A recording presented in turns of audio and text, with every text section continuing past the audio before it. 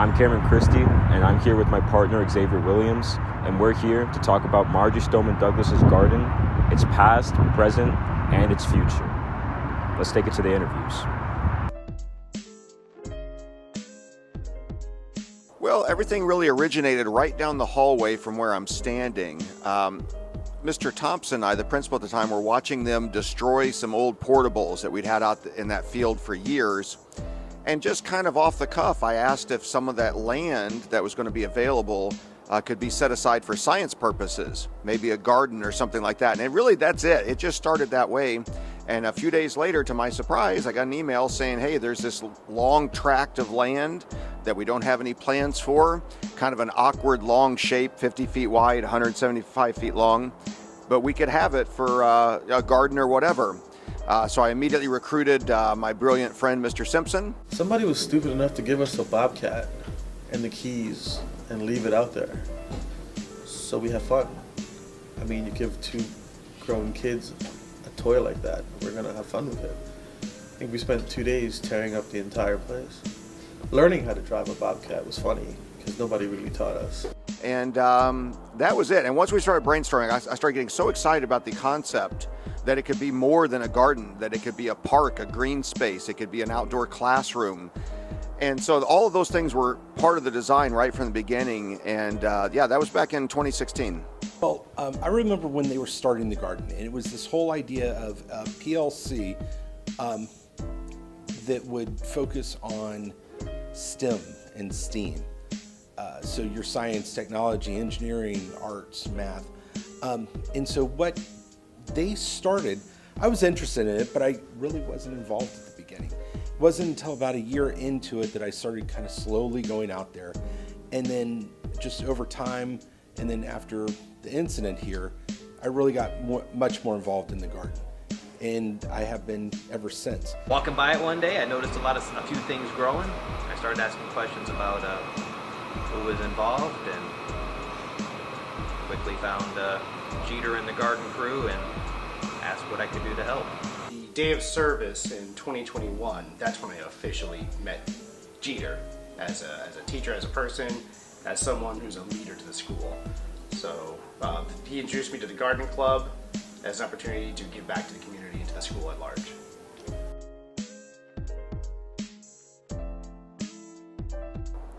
Well, my favorite thing is that when students really take ownership of the garden. I mean, I look at the whole garden as like an empty palette, and you can go out there and create.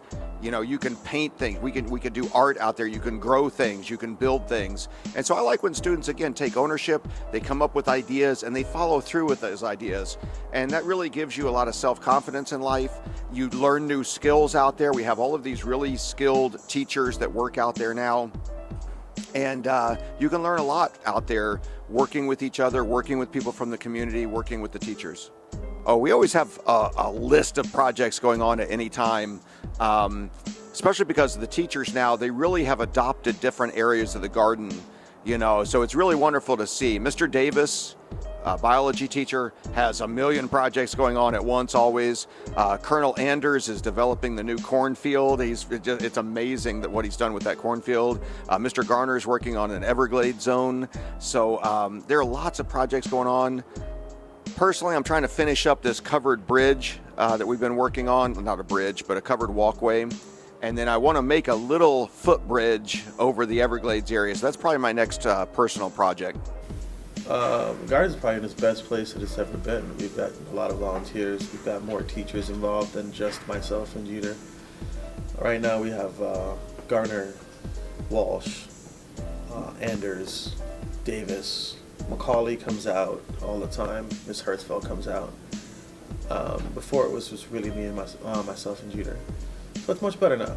So it's much more participation. It feels more like Marjory Stoneman Douglas's garden than just ours. What you're going to see out in the Everglades zone is an interpretation of the river of grass. We went out and were able to get some native sedges, which are grasses from the Everglades, and then we also have sawgrass out there, which I think is really cool. And it's growing. We have a bunny that it has a taste for sawgrass, we're finding out. So that's kind of been an interesting issue along the way. So there's a lot of native trees that have been planted out there, to give that Everglades feel. I definitely wanted part of that garden to be dedicated to her vision. And so I think we've done that. So about 6 months ago, all the guys in the club started talking about how cool it would be to have a cornfield. Of course, I said, well, let's make one. They said, really? I said, yeah, let's do it. So we decided, hey, day of service. We identified a spot in the garden to put it, went out and rented a tiller, ended up with a piece of dirt that we could put some corn seeds into. Have you harvested yet? Not yet. So we planted a variety that would be ready to harvest by the end of the year. So hopefully here in a couple weeks we'll be pulling the first ears of corn off the stalks. The last big project I did was to construct the big cone that's outside. It is now used as a trellis for beans, peas, tomatoes, eggplant, squash. So currently it's just more oversight of getting everything put together. We have a huge event coming up May 22nd to thank some donors where we're getting electricity and water utilities installed.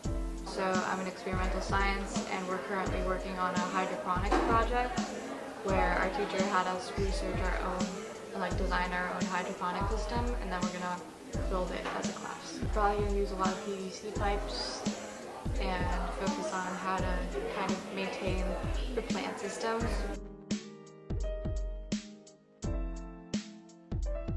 Once we have an outlet in the garden, we want to develop again things like hydroponics, some of the more technical things, and get back into some engineering. That's what I'm really looking forward to the most. The electricity and the water are huge things. We have to actually tunnel through and make a network of tunnels that we can bury pipes and cables underneath. The whole class is going to be out in the garden, able to see how big of a thing you can do with it, and how I think beautiful it is to have these plants growing everywhere. We're looking to get what we call the South 40, which is the other part of that field that nobody ever uses. Because I see a real need for more space now. And especially as our culinary program continues to grow, it would be great if culinary was pulling all their vegetables straight there from the garden. But to get to that volume that we would need that space. My area, I'm really just hoping continues to grow. I want to see the sawgrass grow up in the Everglades. I mean, sawgrass can get 8 feet tall. That sawgrass out there is probably never going to reach that height. The rest of the garden, I think we're going to see a lot more engineering kinds of things out there, where you have the hydroponics really taking off, maybe a fish farm. The other goal that I have for out there is on the art side, which is where we would build a stage, and we would actually, the land that's south of the garden, we'd start using that area for people to come and watch events happening in the garden, like a Shakespeare in the Park kind of thing, or maybe a stage band plays on a Friday night out there, that kind of thing. Grapevines, we got 3 more grapevines that are going to be going in here the ground pretty soon. We got passion fruit vines that eventually will have more passion fruit that we won't do with it. Students get excited about the garden and working outside because they can actually see the results of their work. It's very cool when you plant something to see it actually grow and turn into something that you see in the store. Learn by doing. Yeah, joining's super easy. You just text at MSD Garden to 81010. At MSD Garden to 81010. That's our remind. That's going to fill you in on the very latest things when we have garden work days and things like that. You can follow us on Instagram, which is also, it's Marjory's_garden on Insta. And we have a Facebook group. So there are lots of ways to start getting involved. And we have an official club, by the way. Mr. Davis is now the sponsor of that club. And so you can actually join the club and become a leader in the garden. Hopefully, with all that in mind, you'll see that this garden isn't just for growing food, but for growing minds and having fun in the sun.